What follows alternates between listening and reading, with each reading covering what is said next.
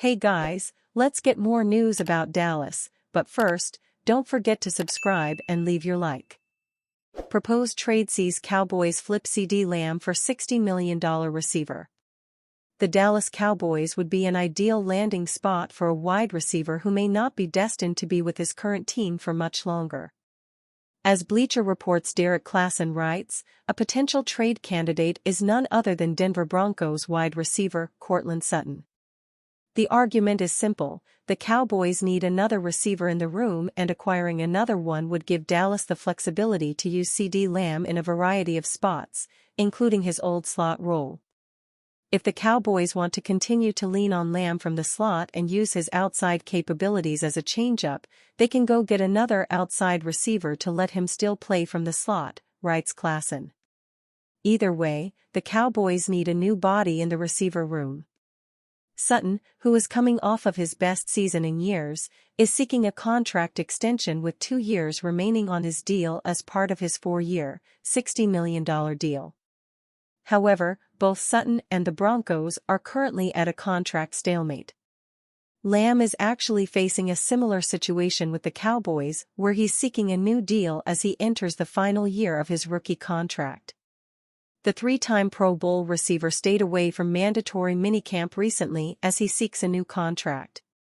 In an alternate scenario, when considering the Cowboys' current stalemate situation with Lamb, they could instead flip him for another starting receiver such as Sutton. In a trade scenario proposed by Fansided's Lou Scatalia, the Cowboys would deal Lamb in exchange for Sutton, a 2025 first-round pick and a 2026 second-round pick.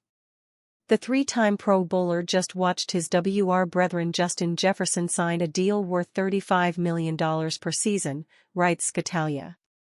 Well, any team who extends Lamb may have to beat that number, believe it or not. It is a high price, but it's what the top of the WR market is at now. The Denver Broncos would likely have to part with valuable draft capital to make this deal go down, perhaps multiple draft picks and a player, like I've proposed above. Would Courtland Sutton, a first, and a second-round pick be enough? The two receivers couldn't be any more different from how they play on the field, and from a pure size standpoint, Lamb is 6'2" and 200 pounds, while Sutton is 6'4" and 215 pounds. Lamb has the flexibility to play in the slot and be used carrying the football. He has 43 career carries for 318 yards and 3 touchdowns, while Sutton is a pure outside receiver who is best used when he's able to leverage his big frame in the red zone. Sutton obviously doesn't bring the production or dominant ability of Lamb.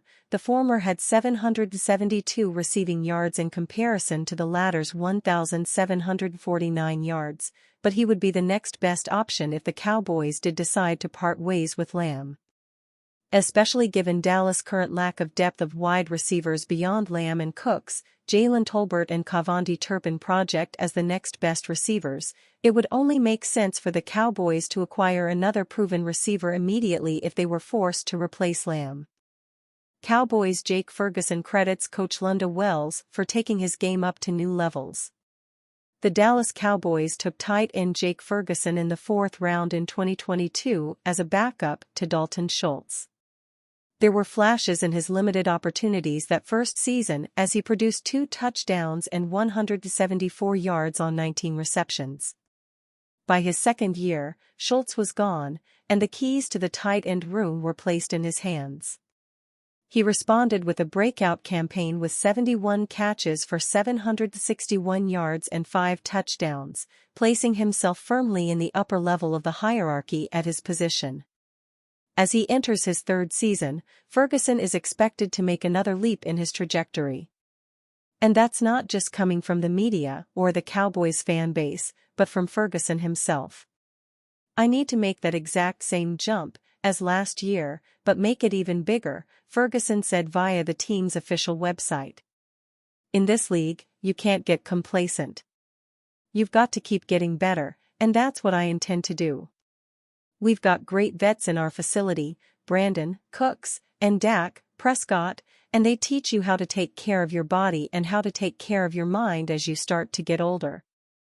I'm 25 and I'm like, ooh, I am kinda getting old for a football player. I've got to start making those strides and get better every year. Dallas has a history of great tight end play. Hall of Famer Mike Ditka played for the Cowboys for 4 seasons, 1969 to 1972, and was a member of their first Super Bowl squad.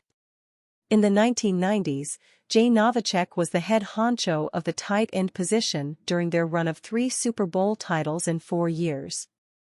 Then, of course, there's the future Hall of Famer, Jason Witten. He took the standard to another level for what a tight should be in Dallas as he ranks second all-time in receptions, 1,228, and yards, 13,046, for the position and fifth in touchdowns, 74. For Ferguson to reach that type of level, it will require consistent hard work and dedication, which is something Cowboys tight end coach Lunda Wells mentioned. He had a good year last year, but can you do it again, said Wells. The legends and the great players do it consistently over the years, Jason Witten, Travis Kelce, Tony Gonzalez, you can go down the list, the great ones do it consistently every year. You can't be one and done or a one-hit wonder, because those get lost.